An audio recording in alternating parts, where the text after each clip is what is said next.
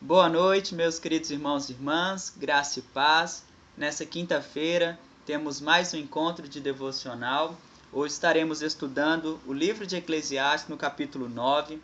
Iremos fazer a leitura dos versículos 1 ao 10 da palavra de Deus e creio que o Senhor preparou uma palavra abençoada sobre o nosso coração, sobre todos aqueles que estarão ouvindo esta devocional e que seja um tempo de edificação, um tempo de mover do Espírito Santo sobre a nossa vida, sobre a nossa igreja e sobre cada família que participar conosco no nome de Jesus. Eu quero iniciar esse momento com uma palavra de oração e eu gostaria de pedir a nossa irmã Lina para fazer essa oração inicial, por gentileza. Vamos orar? Senhor Deus e Pai, muito obrigado, Jesus, por este momento aqui na tua presença, mais uma vez estudando a tua palavra. Muito obrigado, Senhor, por cada pessoa que está aqui participando, pelos que ainda vão chegar. Obrigado pela nossa igreja. Obrigado também, Senhor, pelo nosso dia, pelo sustento que o Senhor nos proveu neste dia, pela nossa saúde. Obrigado, Pai, por tudo que o Senhor tem feito, o Senhor vai fazer por nós. Estejamos agora, Senhor, neste momento, com os nossos corações preparados, receptivos, Pai, para receber a tua palavra. Traga-nos, Senhor, entendimento da tua palavra e, sobretudo, Pai, faça-se a tua vontade nos nossos corações. Muito obrigado por tudo, Deus. Mais uma vez eu agradeço em nome de Jesus. Amém. Amém. Glória a Deus. Vamos abrir nossas Bíblias. Eclesiastes capítulo 9, versos 1 ao 10 da palavra de Deus. Que o Senhor possa falar ao nosso coração, em nome de Jesus. Eu vou estar lendo o primeiro versículo, depois, quem desejar, vamos fazer a leitura dos 10 primeiros versos do capítulo 9 do livro de Eclesiastes. Assim nos diz a palavra de Deus: Deveras me apliquei a todas estas coisas para claramente entender tudo isto, que os justos e os sábios e os seus feitos estão nas mãos de Deus, e se é amor ou se é ódio que está à sua espera, não sabe o homem, tudo lhe está oculto no futuro.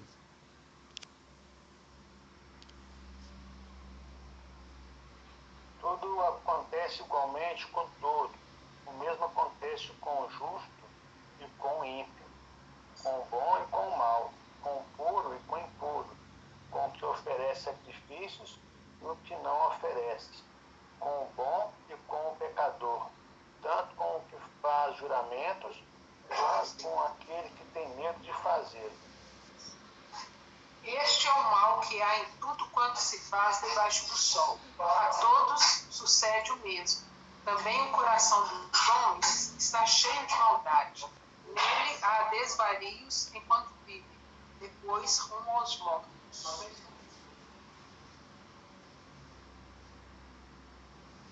Para aquele que está entre os vivos, há esperança, porque mais vale um cão vivo do que um leão morto. Porque os vivos sabem que vão morrer, mas os mortos não sabem nada e não têm nenhuma recompensa a receber, porque a memória deles já nos esquecimento. Jaz no esquecimento. Também seu amor e seu ódio, a sua inveja já pereceram, e já não há parte alguma para sempre e confiança em coisa alguma do que se faz debaixo do sol. Vai, pois, come com alegria o teu pão e bebe gostosamente o teu vinho, pois Deus já de antemão se agrada das tuas obras. Em todo tempo sejam alvas as tuas vestes, e jamais falte o óleo sobre a tua cabeça. Goza a vida com a mulher que amas. Pode ir, Luiz. Não, pode falar. Todos os dias da sua vida goza, e os pais Deus te deu debaixo do sol. Todos os dias da sua vaidade, porque essa é a tua porção nesta vida. No teu trabalho, tudo fizeste debaixo do sol. Tudo quanto te vier a mão para fazer, faz-o conforme as tuas forças. Porque no além para onde tu vais, não há obra, nem projetos, nem conhecimento, nem sabedoria alguma. Amém. Vamos ler até aqui. que o Senhor ministre vida ao nosso coração. Eu quero iniciar nesse momento com uma pergunta. Qual a impressão que fica na leitura de Eclesiastes? O que o livro, o texto de Eclesiastes fala ao nosso coração? Nós sabemos que o autor deste livro é Salomão, ou atribuído a Salomão, como também o livro de Provérbios. Eclesiastes nos fala muito sobre o tempo, propósito, sabedoria, nos fala a respeito da própria vida, de relacionamentos. E quando lemos estes versos, qual a impressão que fica do autor, daquilo que a palavra de Deus está transmitindo, gerando em nosso coração ou trazendo para a nossa vida? Quem saberia definir para nós?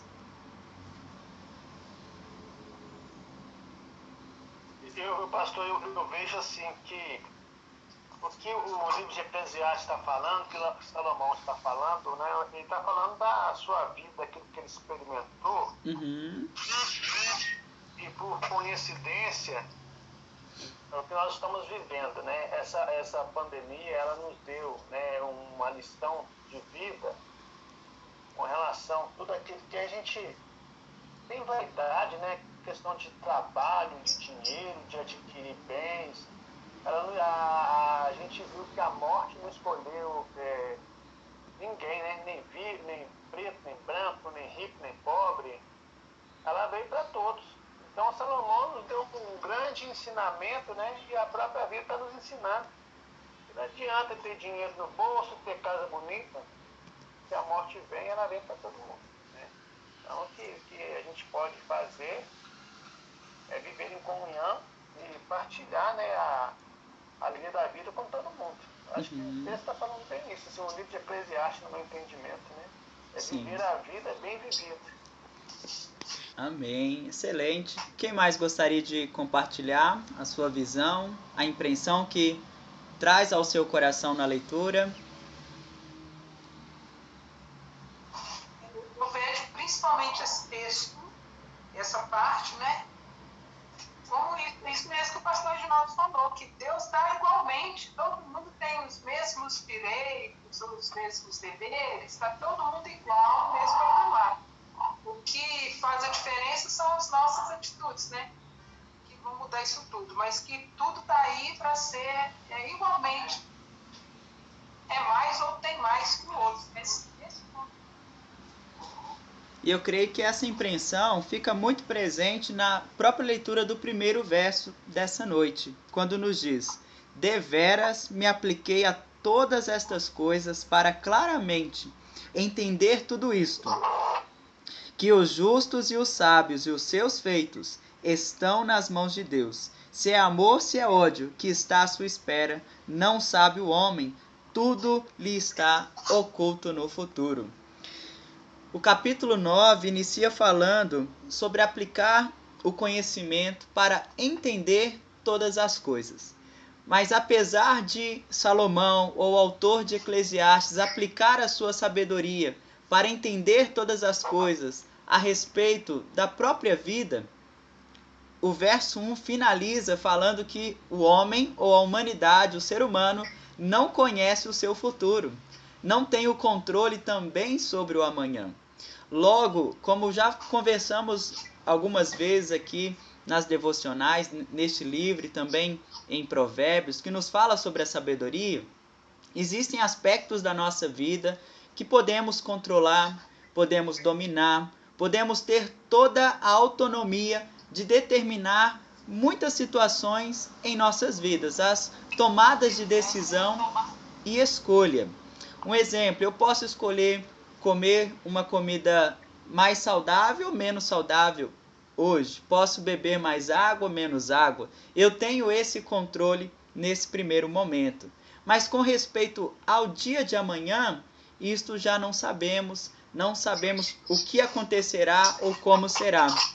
O pastor Reginaldo destacou a questão da pandemia e, de fato, esta situação foi enfrentada por todos, seja cristão, seja não, se era da igreja ou não era da igreja, se era aqui no Brasil ou se era de um outro país distante, a pandemia não ficou localizada em apenas uma parte, veio sobre todos. Diante disso, um primeiro aspecto que eu creio que Eclesiastes traz ao nosso coração é sobre este aprendizado de depender e de confiar no Senhor. Porque apesar de toda a sabedoria, todo o conhecimento, toda a capacidade, tudo que podemos fazer ou não, ainda assim, existem áreas da nossa vida que somente a graça de Deus ou a direção do Espírito Santo é que é capaz de direcionar os nossos passos para a melhor escolha, para a melhor tomada de decisão. Por isso é necessário estar preparado, se consagrar, aplicar o coração também a conhecer a Deus, em buscar o Senhor, em buscar a sua palavra. E diante disto, eu gostaria que fizéssemos a leitura de um texto profético da palavra de Deus, que se encontra lá no profeta Jeremias, capítulo 29, o verso 11. Vamos ver este texto? Jeremias, capítulo 29, verso 11. Quem tiver encontrado, puder fazer essa leitura, por gentileza.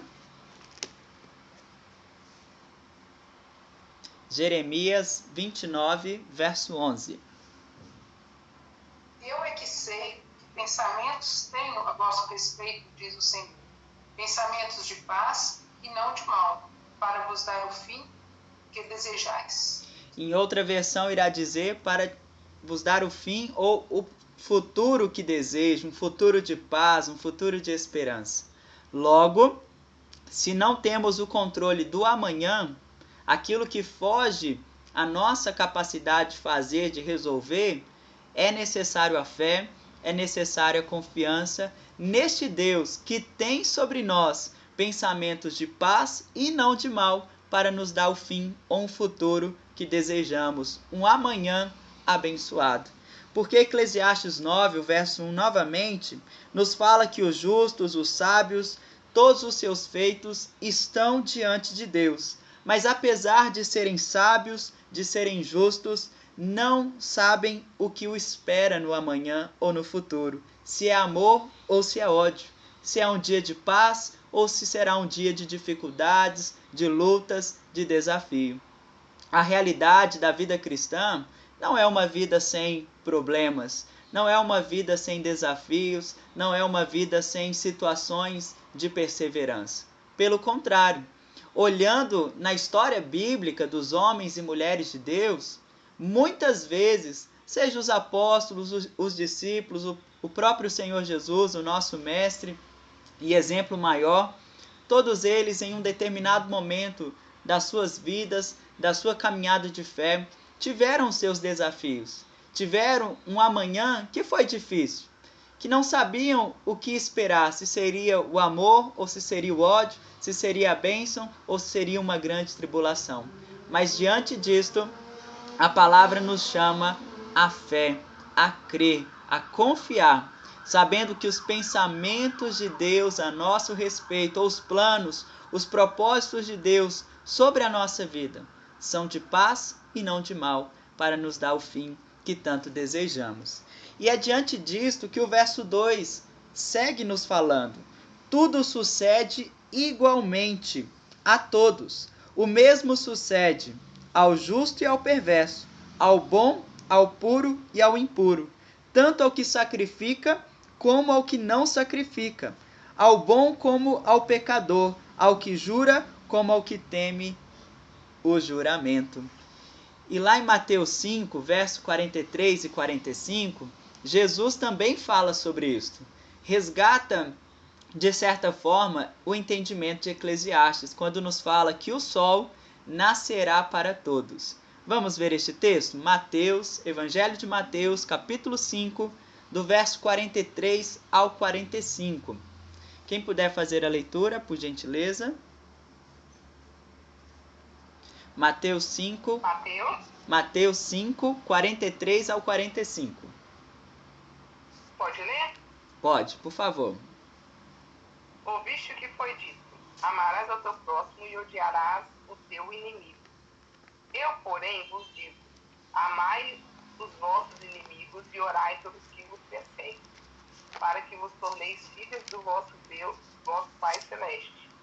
porque ele faz nascer o seu sol sobre os maus e os bons, e vira a chuva sobre justos e injustos. Amém. É a mesma ideia do texto de Eclesiastes, é o mesmo sentido.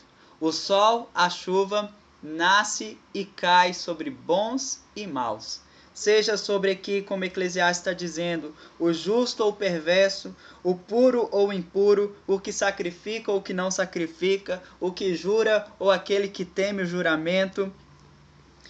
E diante disto, é como se a vida ela acontecesse para todos. Seja para alguém que está aplicando a sua vida e a sabedoria, como o autor de Eclesiastes está nos ensinando, a servir a Deus, a buscar o Senhor, ou as coisas de Deus, aquilo que é eterno, ou mesmo para aqueles que estão se empenhando em praticar o mal, em viver no pecado, em fazer aquilo que desagrada o coração de Deus. Pode parecer, de certo modo, um pouco injusto, nesse sentido que, seja bom, seja mal, parece que o sol nasce para todos, os maus podem parecer que estão vencendo, estão reinando, mas o salmista, ele já nos falou sobre isto, que não devemos ficar envergonhados, entristecidos, ou mesmo com raiva, com rancor no coração, porque os ímpios ou os impuros prosperam. Porque ele ainda diz que aqueles que não servem a Deus é como esta erva, que pode parecer que está crescendo, mas a verdade é que elas irão murchar e infelizmente irão perecer. Logo, não é olhar se alguém está fazendo o que é certo ou o que é errado. Nós não somos chamados a um julgamento, a simplesmente ser aqueles que têm o martelo de um tribunal nas mãos e que toda hora bate esse martelo dizendo: fulano está certo, ciclano está errado. Nós não somos chamados a isto. O nosso chamado não é olhar para o mal em si, é o contrário, é ser luz, é fazer o bem, é praticar a palavra de Deus, é ter um bom testemunho, para que desta maneira possamos levar ao conhecimento de Deus aqueles que ainda não provaram da sua graça. Como Jesus inicia, se queremos ser, no Evangelho de Mateus 5, se queremos ser filhos de Deus, temos que amar até mesmo os nossos inimigos. Devemos amar o nosso próximo, cada vida, cada pessoa. A vida está passando, ela está acontecendo.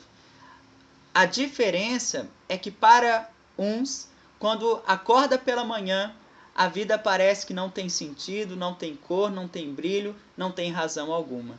Mas para o cristão, mesmo em dificuldade, mesmo em lutas, mesmo em provações, em privações, como o apóstolo Paulo nos ensina, tanto sei viver na abundância como na escassez, tanto na bênção como nesse tempo de provação, tanto em vigílias da noite como em cadeias, porém tudo posso naquele que me fortalece, ou mesmo quando nos diz que a graça do Senhor, o basta, é suficiente. Logo, a diferença, como eu estava falando, ao acordar, precisa ser: Deus está conosco. O sol está nascendo sobre justos e injustos. A chuva está caindo sobre puros e impuros. Mas quanto a mim, ou quanto a nós, devemos servir a Deus e mais um dia viver para a sua glória e para o seu louvor.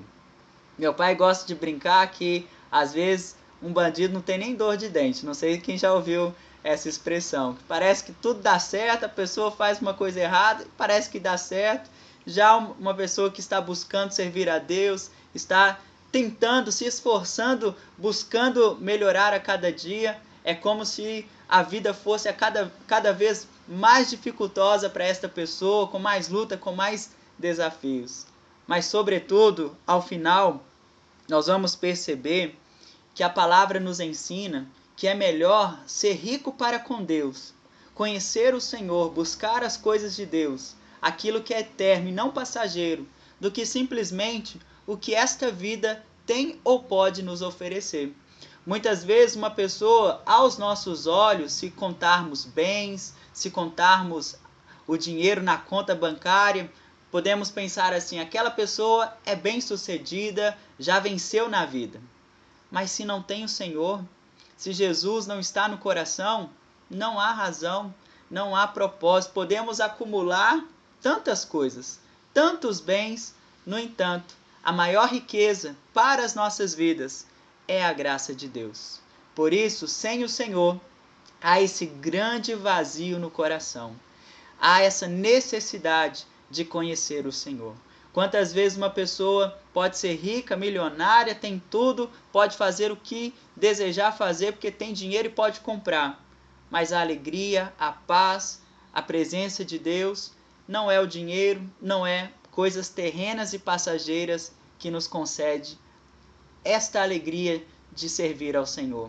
Mas é uma decisão de coração, é uma entrega.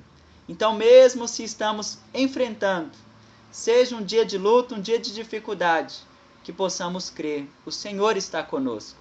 E na presença de Deus é o melhor lugar para estarmos e para habitarmos. Alguém gostaria de falar algo, compartilhar algo sobre o que estamos falando? Fique à vontade, por gentileza.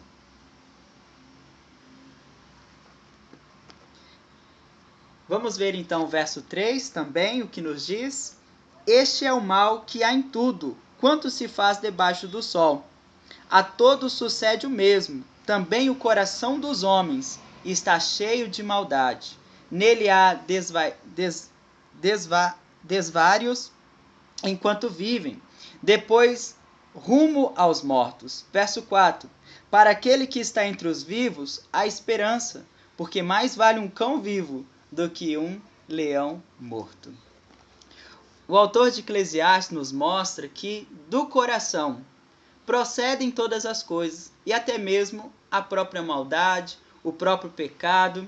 É como encontramos lá em Gênesis, quando Caim matou Abel, seu irmão, e Deus disse para ele: o pecado jaz à porta, ou ele bate à porta do seu coração, mas o teu desejo cumpre a ti dominá-lo.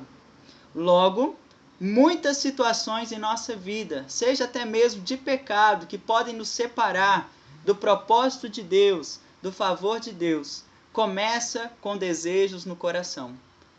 O caminho sempre é o coração. Como estávamos falando antes, o sol vai nascer para justos e injustos, a chuva vai descer sobre bons e maus, mas tudo passa pelo coração. Se o Senhor não está reinando em nossa vida, em nosso coração, e não falando apenas de quem está fora do contexto da igreja, até mesmo para nós, que nos chamamos filhos e filhas de Deus, que servimos ao Senhor, que vamos à igreja, que participamos das celebrações. Se o nosso coração não for de Deus, se a nossa vida, o coração de fato não está entregue à palavra, ainda é necessário uma completa transformação sobre a nossa vida. Porque o servir a Deus também inicia-se no coração, nessa entrega, nesse derramar da nossa vida no altar do nosso Deus. E nós vemos uma imagem interessante quando ele diz que vale mais um cão vivo do que um leão morto. Se for nessa comparação, o leão é muito mais forte do que um cão, um cachorro. Mas nesse sentido, se tem vida, é como também um ditado popular: enquanto há vida, há esperança. E nós cremos que se estamos vivos hoje, existe um propósito. Nós vivemos esta quinta-feira, neste mês de outubro, neste ano de 2021, apesar de todas as lutas que já enfrentamos até aqui, foi porque o Senhor tem um propósito para a nossa vida. Não estamos só de passeio, não é obra do acaso, não é uma situação que fugiu da vontade de Deus. Pelo contrário, o Senhor te deu fôlego de vida neste dia, hoje, para que você possa desfrutar do melhor de Deus, da sua graça, da sua bondade. A nossa vida tem uma razão, tem um sentido, tem um propósito, e eu creio que o Senhor nos concede o fôlego de vida neste dia, para a honra e glória do seu nome, para que possamos exaltar e bendizê-lo em tudo quanto fizermos para a glória de Deus. E o verso 5 irá dizer: porque os vivos sabem que hão de morrer, mas os mortos não sabem coisa nenhuma, nem tampouco terão eles recompensa, porque a sua memória jaz no esquecimento. E eu trouxe um texto que é uma parábola que Jesus contou. Quando dois irmãos se aproximaram de Jesus e um deles insistiu com o Senhor dizendo: Mestre, faça com que o meu irmão me dê a minha parte da herança. E Jesus responde para eles assim: quem me colocou na causa de vocês como juiz? E ele conta uma parábola que nos fala sobre a vida. Vamos ver? Lucas capítulo 12, verso 16 ao 21. Lucas capítulo 12, verso 16 ao 21. Vamos prestar bem atenção nesta fala, nas palavras de Jesus, que eu creio também que está linkada, conectada com Eclesiastes 9. Quem puder fazer a leitura, por gentileza. Jesus lhe contou ainda uma parábola dizendo: o campo de um homem rico produziu, né? Isso mesmo. O campo de um homem rico produziu com abundância. Então ele começou a pensar: que farei, pois não tenho onde armazenar as minhas colheitas? Até que disse: já sei, destruirei os meus celeiros, destruirei outros maiores e ainda armazenarei todo o meu produto e todos os meus bens. Então direi à minha alma: você tem em depósito muitos bens para muitos anos. Descanse, coma, beba e aproveite a vida. Até aqui? Até o 21. Mas Deus lhe disse: louco, esta noite lhe pedirão a sua alma. O que você tem preparado para quem será? Assim é o que ajunta tesouro para si mesmo, mas não é rico para com Deus. Amém. Esse texto, ou esta parábola que Jesus traz ao nosso coração, eu creio que pode ser um retrato da própria sociedade, seja essa sociedade do consumismo, essa busca do capitalismo mesmo, de quanto mais melhor, quanto mais eu tenho, melhor será a minha vida, eu vou juntar o máximo que puder para depois desfrutar de todo o trabalho, de todo o esforço que eu tive. Porém, Jesus alerta para um detalhe muito importante. Quantas vezes dedicamos o tempo, a vida, o esforço para construir celeiros, como o homem dessa história, que era ali um agricultor, fez uma grande colheita com muitos frutos, e ele pensando agora na quantidade de bens, já tendo ali uma parte onde armazenava os frutos ou as sementes, ele pensou consigo: eu vou destruir o que eu já tenho, vou construir algo maior, um galpão melhor, um galpão bem mais comprido, vou colocar todos esses recursos ali dentro e depois vou descansar, vou ficar tranquilo, vou poder desfrutar porque já tenho muito recurso guardado. Mas Jesus diz para ele: louco, hoje mesmo, nesta noite, te pedirão a tua alma. E o que tens feito a respeito disto? Neste sentido, e ainda finaliza no verso 21 dizendo que é melhor ser rico para com Deus do que entesourar para si mesmo. Neste sentido, podemos até trabalhar, poupar, guardar os recursos, pensar numa aposentadoria. Não estou dizendo que isto é ruim, nem mesmo Jesus estava dizendo que isto era ruim. Porém, quando esquecemos do nosso coração, da nossa alma, do nosso espírito, da vida com Deus, isto perde o sentido. Quando valorizamos mais o celeiro cheio, com mais bens, com mais coisas para serem entesouradas para si mesmo, e nos esquecemos da vida com Deus e do relacionamento com o Senhor, todo este trabalho perde o sentido. Como alguns falam, muitas vezes a pessoa ela trabalha a vida toda, junta o máximo de dinheiro que pode e depois, quando tem uma grande quantidade de dinheiro, fica doente, precisa gastar todo o dinheiro para tentar guardar e cuidar da vida. E a vida parece que passa como um flash, porque a nossa vida é como um sopro passageiro. Quantas vezes uma pessoa nova acaba falecendo? Muitas vezes podemos pensar: não, ainda tenho 30 anos para depois servir a Deus, para depois fazer a obra de Deus. Mas Jesus está dizendo: olha, hoje te pedirão a tua alma. Por isso, todos os dias precisam ser vividos com plenitude, com alegria e para a glória de Deus. Porque o amanhã nós não temos o controle, nós não sabemos. E é melhor no dia de hoje ser rico para com Deus. Alguém gostaria de falar algo sobre este texto? Fiquem à vontade. Solta a bicicleta, né, pastor? Solta a bicicleta, importante. Verdade. Bem lembrado. O rapaz estava na enxurrada, não sei quantos conhecem essa história. E ele estava segurando uma bicicleta que ele gostava muito. Parece que algumas pessoas passaram e começaram a falar para ele: solta a bicicleta, solta a bicicleta. Ele não soltou. A correnteza com a água levou ele junto com a bicicleta e ele acabou falecendo. Como o pastor Reginaldo lembrou, temos que soltar às vezes a bicicleta, é importante. Boa noite, Luzia, paz. Boa noite, desculpe o atraso. Nós começamos a jantar e aí vamos terminar de jantar primeiro. Tá certo. Nós estamos lendo... Tem que aproveitar, né? Porque não é sempre que acontece. Amém. Sempre bom, importante. Estamos lendo Eclesiastes capítulo 9, do verso 1 ao 10. Ok. Mais alguém gostaria de compartilhar sobre esse texto que fizemos a leitura? Algo que te chama a atenção? Boa noite, né, para todo mundo. Me desculpe aí, Lina, pastor Reginaldo, Heloísa, Iraci. Boa noite. Ô, pastor, eu também lembrei do Ela sou eu, Luzia. José de Alencar, Sim. com câncer no intestino, né? Com o dinheiro todo que ele tinha, pagou médicos e médicos e não resolveu, né? Então a questão de ter também não ter. Uhum.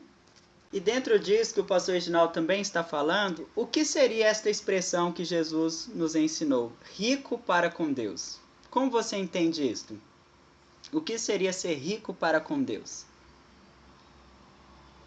De que riqueza ele está falando? Como podemos construir essa riqueza? Sim, Heloísa.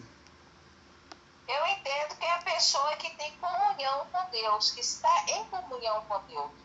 Porque Deus, ele não nos pede obras. Nós fazemos as obras, mas ele pede que a gente tenha amor ao próximo, independente de qualquer coisa.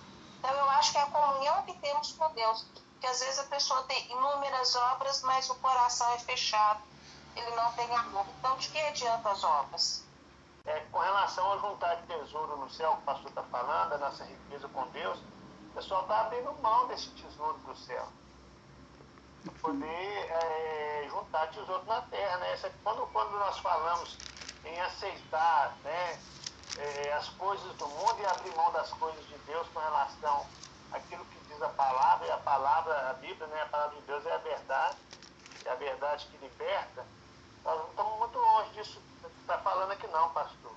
Porque aquilo que Deus fala na Bíblia, né, que são as ordenanças de Deus, está sendo distorcida porque o homem está abrindo mão das coisas de Deus para poder agregar as coisas do mundo, né? Dentro daquilo que nós estamos vivendo hoje. Então, assim, estamos perdendo o tesouro do céu. Então, a igreja verdadeira que segue a palavra vai ser a igreja perseguida. Então, assim, Pois é, pastor. Uma polêmica aí. Aí, então, assim, eu não acho que essa questão da Bíblia seja polêmica, não, sabe? Porque as pessoas têm inventado mil e uma situações para tentar se justificar. Mas, para mim, tá? Eu considero muito complexo quando a pessoa sobe no altar e prega a questão da prosperidade. Você dá X que Deus te dará 30 vezes mais, 50 vezes mais, sabe? E as pessoas saem arrancando o que tem e o que não tem, porque até propõe fazer empréstimo para dar o dízimo, para dar oferta, porque Deus vai te dar muito mais, né? E aí haja maquininha para passar. Então, assim, eu acho que a questão da teologia da prosperidade é muito complexa, vamos ver, dentro do que está sendo falado, olha só o que o verso 6 também está dizendo. Eclesiastes 9:6. Amor, ódio e inveja para eles já pereceram. Para sempre não tem eles parte em coisa alguma do que se faz debaixo do sol. Novamente, como Eclesiastes está nos ensinando, o sol nasce para todos, a chuva cai para todos, seja bons, sejam maus, sejam puros, sejam impuros. No entanto, o que cabe a nós, eu e você, meu querido irmão e irmã, somos chamados à diferença, a ser igreja nesse tempo, mesmo em meio, como o pastor Ginaldo falou, de distorções, de doutrinas como, não doutrina, né, mas de correntes mesmo, como a Heloísa também falou, dessa questão da teologia da prosperidade, distorções bíblicas, que possamos guardar a palavra de Deus, a sã doutrina. Nos últimos dias, Jesus já falou sobre isso lá em Mateus. Nos últimos dias, o amor se esfriará de quase todos. Parece até uma fala pessimista se a gente for olhar, porque é de quase todos. Mas não é pessimista porque tem uma pequena parte, que são os remanescentes, que permanecem. Pode parecer que é a maioria, mas esses quase todos significam que existem ali um grupo que Deus guardou ou que Deus está guardando. Seja como falou com o profeta Elias, quando ele estava no momento também difícil da sua vida, olhando para Israel e pensando que todos já tinham se voltado para Baal, não serviam mais a Deus, e o Senhor disse para ele: Elias, eu conservei em todo Israel 7.000 ou quase 7.000 homens e mulheres que não se dobraram diante ou perante Baal. Então Deus guarda os seus remanescentes, aqueles que permanecem na palavra. Do outro, não temos controle. Dos bastidores do coração de uma pessoa também, ainda mais difícil. Nessa área política, então, no nosso país está tudo polarizado, é um grupo, é o nós contra eles, está desta forma. Mas aqui Eclesiastes irá falar para nós sobre aproveitar os dias com sentido, com propósito, principalmente para sermos ricos diante de Deus. Senão nós vamos viver na pobreza do pecado. Nós vamos ser levados por brigas, discussões, desavenças, por muitas situações que irão nos dividir, ao invés de gerar também a unidade. Se nós olharmos para a sociedade, a tendência, infelizmente, não é melhorar. É as pessoas se perderem de fato, essa questão do consumismo, da disputa, de ser melhor, de querer mais, leva à destruição do coração das pessoas. Mas a igreja precisa ser um reflexo de Deus, precisa refletir o reino de Deus. É igual entrar numa embaixada, não sei quantos já tiveram a oportunidade de entrar num consulado, numa embaixada de um país. Quando você pisa lá naquele lugar, igual um exemplo, lá em São Paulo tem o consulado da Bolívia. Quando a gente ia lá para renovar o passaporte da pastora Maciel, não fala português, é só espanhol. Mesmo sendo em São Paulo, aqui no Brasil, você entra lá, tem que falar espanhol, tem que entregar o documento em espanhol, tem que ser tudo na língua do país, porque o consulado ou a embaixada é um pedaço do país dentro de outra nação, ou fora do país, exatamente. E a igreja precisa ser essa embaixada do céu, precisa ser um reflexo da eternidade. Então, tem tantas coisas que vão gerar muito mais lutas, disputas, tantas situações difíceis no meio da sociedade, que a igreja precisa ser um farol em meio a esses problemas. Seja em meio à escuridão. Sejam situações políticas, sejam situações também que cada dia mais a igreja vai precisar lidar. Essa questão do homossexualismo, como o pastor Ginaldo falou lá dos Estados Unidos, que está tendo uma discussão sobre isso na Igreja Metodista Unida. Porém, nós somos chamados a olhar para a palavra de Deus e o que nos cabe, eu vejo assim, precisamos amar o nosso próximo. Porque quantas vezes nós éramos antes pecadores, indignos da graça, separados da graça de Deus, e o Senhor nos amou. Então que sejamos esta igreja no nome de Jesus. Mas eu quero fazer a pergunta de Jesus que está na parábola para refletirmos. Se hoje o Senhor bater a porta e pedir a nossa alma. Estamos prontos? Já estamos ricos para com Deus? Lá na sua conta bancária do céu, vamos falar nessa linguagem. Tá cheia, tá gordinha ou tá pouco? Tá faltando investimento no céu. Porque aqui, na parábola, este homem da história estava se sentindo maravilhoso, estava pleno, já tinha conquistado tudo, construindo o celeiro maior, estava com a vida totalmente tranquila nessa questão financeira, de cuidar da família, de bens. Mas Jesus está falando, louco, ou por que você não está pensando naquilo que é eterno, naquilo que não vai ter um fim, que não vai passar? Luzia, esse texto que nós lemos é Lucas 12, do 16 ao 21, tá bom? É o segundo texto que lemos da noite. Lucas 12, 16 a 21. Louco, esta noite te pedirão a tua alma, e o que tens preparado? Para quem será? Estamos preparados se o Senhor chamar o nosso nome, como alguns gostam de brincar, se puxar a nossa ficha hoje e tiver nosso nome, estamos prontos para esse encontro com Jesus, para estarmos com Ele, ou vamos ficar mais preocupados com aquilo que é secundário, com aquilo que é discussão que vai acabar aqui na Terra? Um exemplo, política vai acabar aqui na Terra, no céu não vai ter, graças a Deus. Outros problemas que geram confusão às vezes, também não vai ter no céu. Então, mais importante desta noite, eu creio nisso, é ser rico para com Deus. E o restante do texto de Eclesiastes irá falar sobre isto. Sobre valorizar a vida, valorizar os momentos, ter uma vida em plenitude. O pastor Reginaldo também falou isso no início. Desta valorização de não deixar a vida passar sem sentido, sem razão alguma, de cada dia ter um significado, seja na família, seja no contexto de fazer a obra de Deus, do trabalhar, do servir ao outro, de amar o próximo. Precisa ser algo que gere a eternidade e não apenas recursos que irão ter um fim ou uma data de validade sobre essa terra. Verso 7, olha o que nos diz. Pastor, Quer falar algo? Pode falar, Heloísa. eu quero te fazer um comentário. Diga.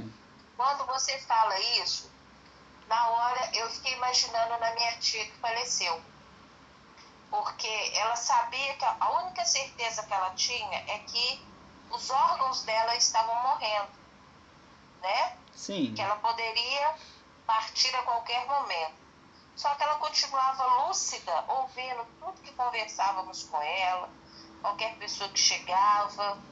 Então eu fico pensando, né? Porque muitas vezes quando o pastor faz chama, né, lá no culto, lá na frente, né? A pessoa vai, não, se Jesus vier agora, eu estou pronto para ir e tal.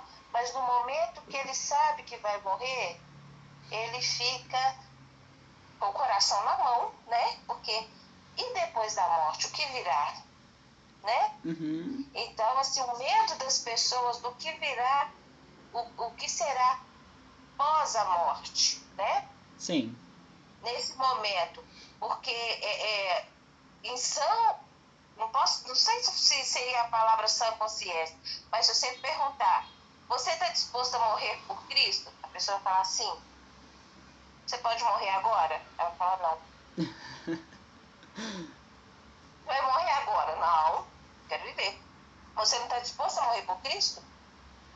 Então é uma coisa que assim, eu fico pensando, quando você estava lendo isso, eu estava pensando nisso aqui. Eu falei, nossa Deus, é muito forte isso que você disse que Salomão diz em Eclesiastes, porque nós podemos morrer por Cristo, sim. Mas se ele falar, agora você vai morrer, e aí, como é que fica? Vai morrer agora, né? Nesse momento, tá preparado? Pois é. Essa é a pergunta. Ninguém vai querer morrer. Você lembra? Vai falar. Eu acho que foi aqui em Eclesiastes mesmo que nós lemos, quando fala que Deus plantou no coração do homem e da mulher a semente da eternidade. Querer morrer ninguém quer mesmo, de fato. Nós temos essa incerteza, talvez, né? Pode gerar um certo medo, um receio. Porém, a nossa esperança é Jesus. Então, mesmo tendo medo, e não estou dizendo que é errado ter medo, a nossa fé precisa estar presente nesse tempo. Se estamos à beira da morte, um exemplo, somos chamados a crer na salvação. A salvação tem um sentido para a nossa vida, é necessário. Mas não estou dizendo também que não é fácil. De fato, se a gente descobrir, daqui 3 horas vamos morrer. Talvez podemos ficar ansiosos, preocupados, mas é necessário a fé. A fé é importante nessa hora.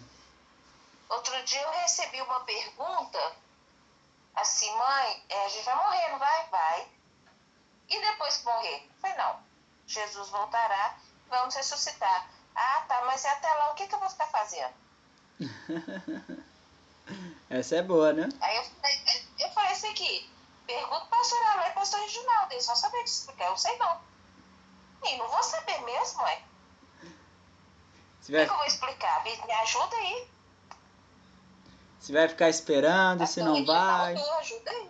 Eu creio que a gente fecha o olho aqui e abre no céu, já está diante de Deus. O tempo não é igual o nosso, o tempo de Deus. Um dia é igual a 1000 anos para ele, ou 1000 anos é igual a um dia. Seja quem morreu amanhã, seja quem morreu há 30 anos atrás, para Deus não tem esse tempo. Então, é fechar o olho aqui e abrir com Jesus. Eu vejo tenho assim. Essa consciência e você tem, mas como explicar isso? Tem que explicar, seja criativa. Ah, obrigada, pastor. Deus está contigo, você pode. Quando você tiver o seu filho, se estiver explicando, eu vou no Seja criativa. Porque às vezes pode gerar essa dúvida mesmo. Essa pergunta muitas vezes é feita. Se a pessoa fica meio que esperando ali, passa os anos. Nós não tem como saber. Por isso que eu gosto de pensar. Fechei o olho, já estou com Jesus. Gabi ia falar algo? Muitas vezes também não é uma questão da gente explicar, não.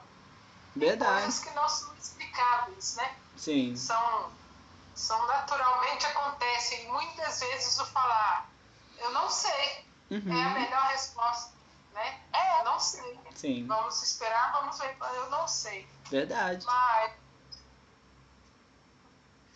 Tem um homem que acho que é Paul Washer, não sei se, mas é esse que famoso pregador, que agora não.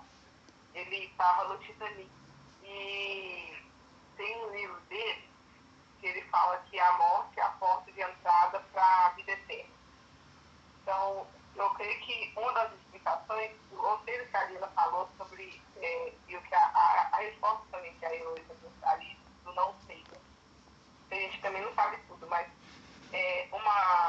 um jeito legal é a porta, já que é a porta de entrada, fecha uma porta e na hora que abrir é assim.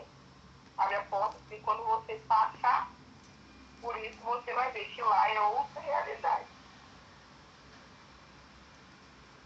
Aí, Heloísa, já te deu um caminho para você tentar formular sua resposta.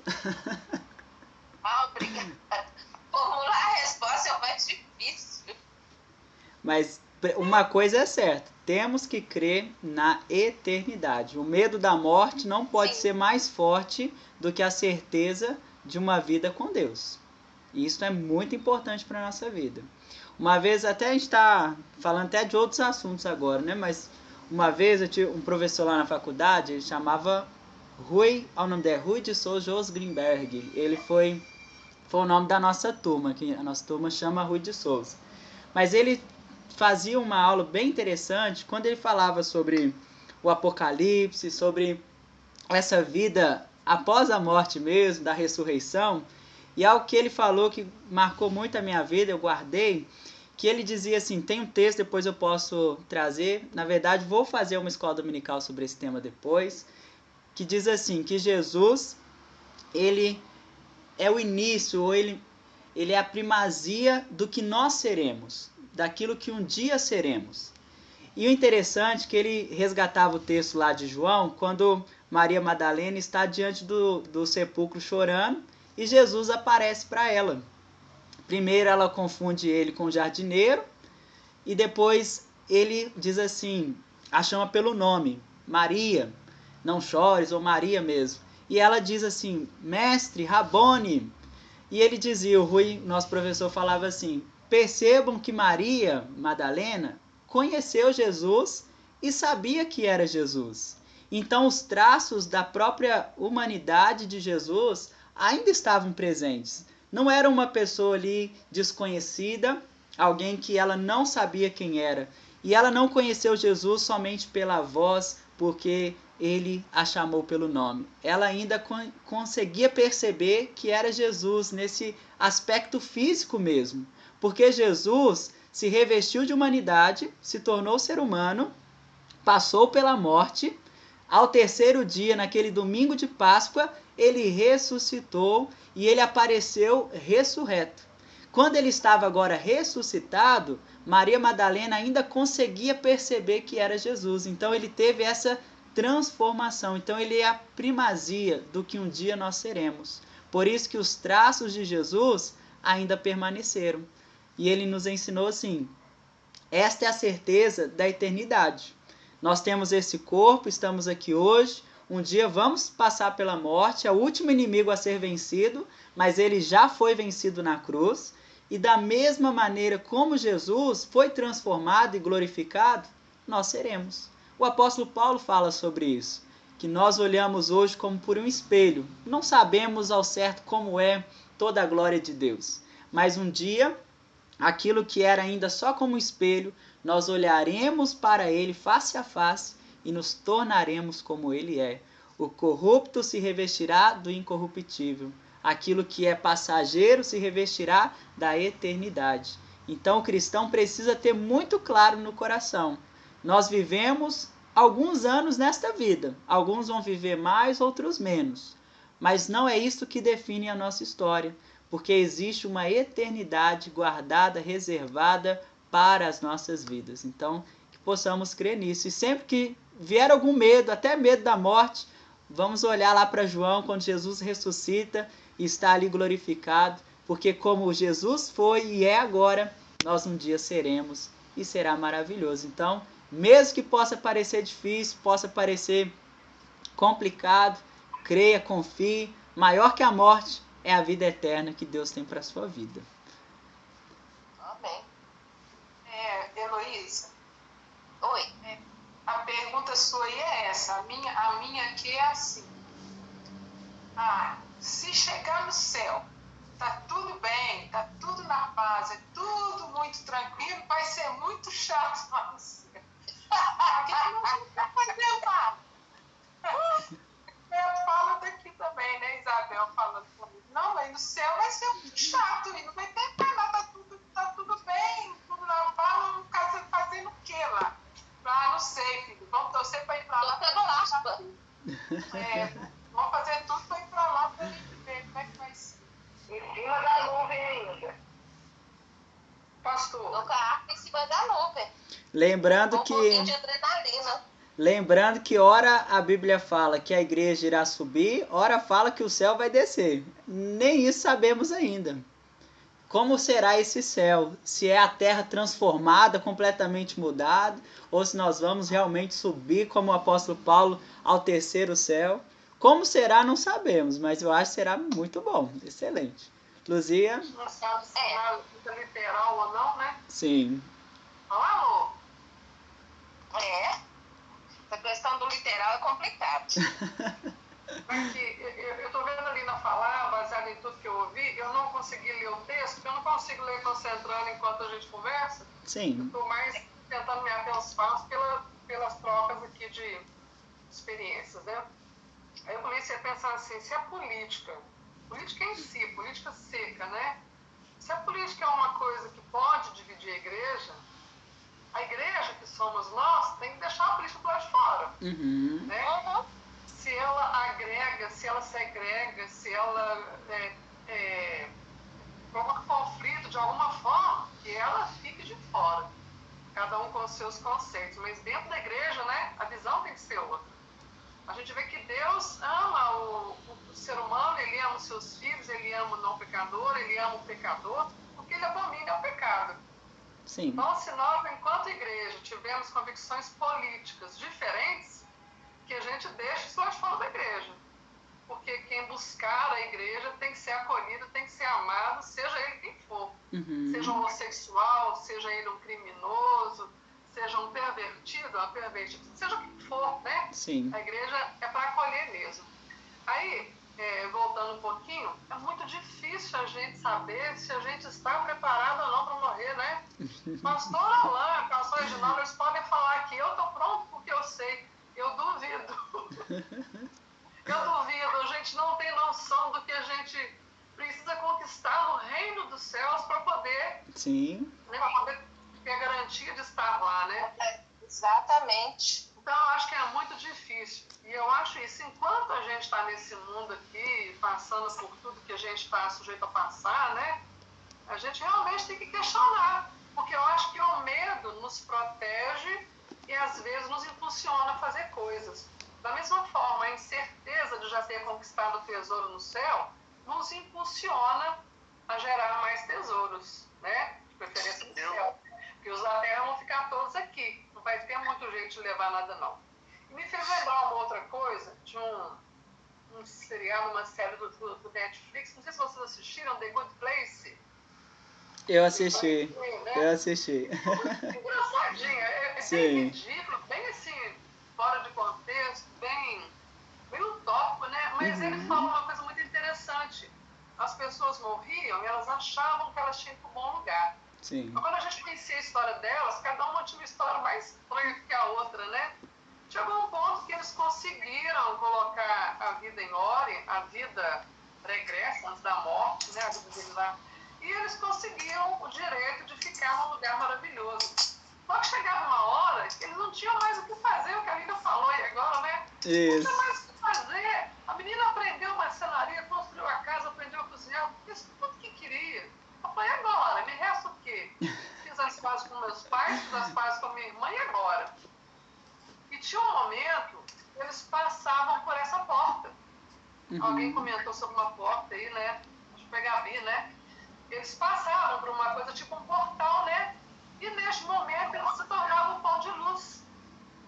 E foi muito interessante, porque toda série que a gente vê, a gente fala, vai continuar outra temporada. Essa não tinha jeito. Porque eles já tinham realmente aberto os olhos no outro mundo, né? Então, assim, são fatos que eu fui me lembrando aqui à medida que falavam, né? Eu acho que é interessante a gente realmente poder ponderar isso, né? Será que a gente sabe o que é que a gente precisa? A quantidade de tesouro que a gente tem que juntar no céu para conseguir ir para lá? Eu acho que a gente nunca vai saber. Então, a questão é trabalhar sempre, né? Exatamente. É isso. Ô, pastor. Podem falar, quem quiser falar. Tá, então deixa eu falar rapidinho. Quando o Luzia começou a falar, eu estava aqui pensando que, igual o senhor falou, pastor, sobre a divisão que a política pode trazer e tudo mais, antes de qualquer coisa, tanto no Novo Testamento quanto John Wesley, sempre nos orientou que a gente deve conhecer tudo, aprender tudo, para a gente ter noção daquilo que vamos escolher e sempre ficar com o lado bom. Então, a política pode ter a intenção de dividir, mas como bons cristãos nós temos que aprender a ouvir os dois lados e aprender a discernir o que é bom e seguir aquilo que é bom. A gente não tem que seguir o que A ou B ou C falam. Nós temos que seguir aquilo, é o nosso livre-arbítrio, né? Aquilo que aprendemos e que trazemos no coração. Pelo menos para mim é esse entendimento que fica. Wesley tem uma fala. Por favor. Wesley tem uma frase que ele diz assim: o metodista é aquele que pensa e deixa-se pensar. Então nessa unidade, mesmo nas diferenças, é possível um pensar e o outro também pensar. É importante. Isso é ser igreja. Né? Heloísa, eu penso assim, ó, que com tudo isso que nós falamos, né, é inevitável que isso não vai acontecer. Mas assim, a gente tem que pensar que a Bíblia tem princípios e valores divinos, né? E os valores e os princípios divinos da Bíblia não mudam. Então, assim, a gente tem que ser perseverante na palavra, né? Naquilo que nós conhecemos. Quanto ao tesouro no céu, eu penso assim que nós nunca vamos conseguir juntar tesouro no céu. Nós vamos estar sempre juntando. Né? Porque quem tem tesouro do céu e conseguiu juntar é só o próprio Jesus. Nós vamos estar catando aí as pérolas do caminho para poder chegar até lá. Acho que nós não vamos conseguir, né? Nós somos muito imperfeitos e Deus conhece essa imperfeição nossa. Sim. É por isso que a Bíblia diz que a misericórdia do Senhor se renova sobre nós cada manhã, porque nós perdemos, nós não conseguimos, né? Na verdade, assim, Cristo perdeu para que nós pudéssemos ganhar. Sim. Eu lembro quando na entrada triunfal ali, né, o povo esperando um novo rei, né? E Jesus, na verdade, estava perdendo, entregando sua vida por nós. E ali na cruz, né, ele se entrega, morre por nós e nós continuamos ganhando. Por isso que eu acho que nós jamais vamos chegar lá com o tesouro pronto no céu. Nós vamos estar sempre colhendo, porque Deus tem muito a nos oferecer através de Jesus. E acho que a nossa vida com Cristo, né, é isso mesmo. Deus sabe da nossa imperfeição, sabe que somos pecadores, por isso que Ele se entregou na cruz por nós. E o tesouro do céu é ser perseverante naquilo que a Bíblia nos ensina, né, buscando o Senhor cada dia, renovando a nossa aliança com Deus todo momento, nos arrependendo, morrendo para o mundo e seguindo para frente, aí, colhendo as pérolas que Deus tem nos dado, né, o tesouro do céu. Amém. Lina também ia falar algo? Eu? Sim.